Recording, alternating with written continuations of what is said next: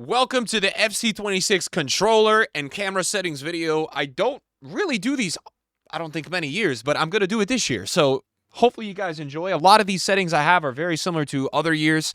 I'm probably going to be doing a separate video for PC settings. So stay tuned for that, guys. That probably will go up tomorrow, but I know that this one is the most urgent. You guys want camera settings. You want controller settings. I'm going to be quite frank with you guys. These settings are not going to make you that much better, okay? I know that a lot of you guys go around YouTube and you look up most meta settings, bro, okay? These settings, it depends on your comfort level. I'm going to talk through a couple of the settings that I would recommend for certain levels. So let's go through it. So we start off, gameplay, you're going to use competitive, right? So competitive, you have to use this online. So let's go through and kind of talk about more of the stuff that you can edit. Now, precision shooting, I think it's a must. Learn it. I know it's not easy to learn. I'm going to show you a visual setting right here as we put this at precision. You have the option between precision, manual, and assisted. You want to use precision, partially assisted, but you get better strikes and you get more accurate shots for literally having partial assistance. So it's kind of manual, but it's not manual. I'm telling you, you will get rocket strikes. I don't even have to shoot anything other than normal shots because I've mastered precision. It's worth learning. And go over to visual. We'll go through all of this, but I want to put this at this point so you guys can understand this, so we can kind of go as we go. Display precision shot visuals. Turn this on and you see how you'll get an arrow. This will help you learn a lot. People say when you master it, turn the arrow off. I keep it on forever. I have it always on so I can see the arrow. It's not that I look at it. I have, I guess, muscle memory of the precision shot, but I would keep that on always. Okay, we're going to continue. All right, we're going to continue. So let's keep looking through here. Through pass assistance is on semi. Lobbed pass, through pass semi. Ground pass assisted. Cross assisted. Lob pass assisted. Pass receiver lock late. Precision pass sensitivity normal. All that stuff I would leave. Okay, now clearance assistance. Clearance direction considers your directional input. Power remains fully assisted and the earliest possible contact point will be selected. Clearance direction and power are both fully assisted. Neither takes into consideration the player's directional input. This is on directional, okay? Now, defending. Advanced defending or tactical defending. What is better?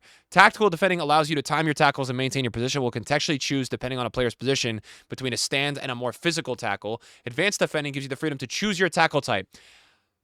I use this, okay? Because when you get more consistency for stand tackles on advanced defending, I use advanced defending. It's what I use. I know some pros use other things. I use advanced defending. I've been using this since they brought it into the game. Professional fouls is on. When you hold, I think it's X, it will just take somebody out. If you're within range, pass block assistance is on. Auto switching is on air balls and loose balls. That's fine. Auto switching move assistance is none. This is where you have to listen up. Right stick switching is on classic, okay? Player rotation or adaptive, classic. Classic. Player relative, okay? My sensitivity is on 4. I like it at this sensitivity. It feels good. Do not have this on ball relative. It's going to switch your right stick switching, or if you use L1, it's going to put you at the person closest to the ball. Right stick switching will really kind of have you going to your player that you're inputting, not towards the ball. Okay, classic. Reaction time calibration, off. Turn this off. Turn this off. This is extra stuff EA puts in that adds BS you don't need. Player lock, I would have it on. If you don't use player lock at all, turn it off. Simplified skill moves. Advanced skill moves are possible using the right stick, gestures, and modifiers. I would turn this off. Guys, look, if you don't know how to do any skill moves and you want to have some fun with this, this is a new feature that if you turn it on and you kind of flick your right stick, EA will do some skill moves for you. I think you got to have it off because I think when you have it on and you're trying to do certain skill moves, sometimes I think it will do other skill moves, okay? All of this stuff, you can keep all of that. Analog sprint off. Analog sprint allows you to control how fast you sprint. The further you hold R2, the faster the player will run. I just would turn it off. Trigger effect off, vibration off, okay? Gameplay, that's the first tab. We go to match. Nothing to do here. A lot of this stuff is offline, okay? All this wind effects, weather effects, yeah, I wish if I was hosting and, an online game, I could have wind and weather. That would be quite funny. Let's talk about this. Disable the Ultimate Team competitive camera, okay? EA has this new competitive camera this year. I think it's trash. I don't like the camera. It looks like you're literally looking in the stands, bro. It's like I can't see anything, okay? So, guys, I used to play on co-op.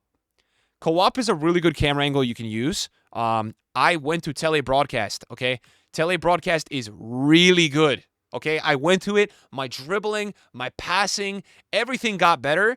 Co-op is good because you will be able to see more of the pitch. So you'll see more L1 runs, you'll see more switches, you will see a lot more of the pitch. So if you're somebody that wants to see a lot more, do that. Telebroadcast, you could still see a lot. You could see, you know, right here, you'll just get a different zoom. I think co-op you can see a little bit more, but I think telebroadcast is really good for intricate touches. So this is what I would do. Height 12, zoom 0. That's what I like to do because you actually get the pretty much one of the most zoomed out versions. And these I got from Gorilla a couple years ago. Since I put them on, I've never looked back. Power shot zoom off, okay? If you like this on, have it on. I have it off. When you do a power shot, if you have this on, the game will like zoom in, and it gives me, who already has vertigo, even more vertigo. So I wouldn't recommend having that on. I'm trying to see if there's anything else here we got to talk about. No. So I use telebroadcast, height 12, zoom 0. I think those are pretty good to use, okay? Connection monitoring, I have this on. Don't put this contextual, put this on. So it will just show you no matter what's going on, okay? Input, if you want to put an overlay, you can. Hang tight here, guys. There's a couple things here that are going to be important. Now, I would put all of these on the bottom. I don't think they add delay, and I think they're pretty cool. It shows you like the weak foot, the skill move, stuff like that. Player name bar, I like this. I like having the player name. I would do the overhead. I like seeing the player name. You could also do the number, but I like the name.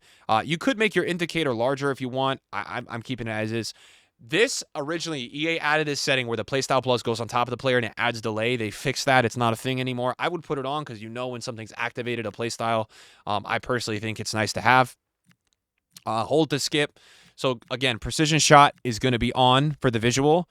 Radar, I think they have colorblind this year too. You could also change the net shape if you guys wanted to.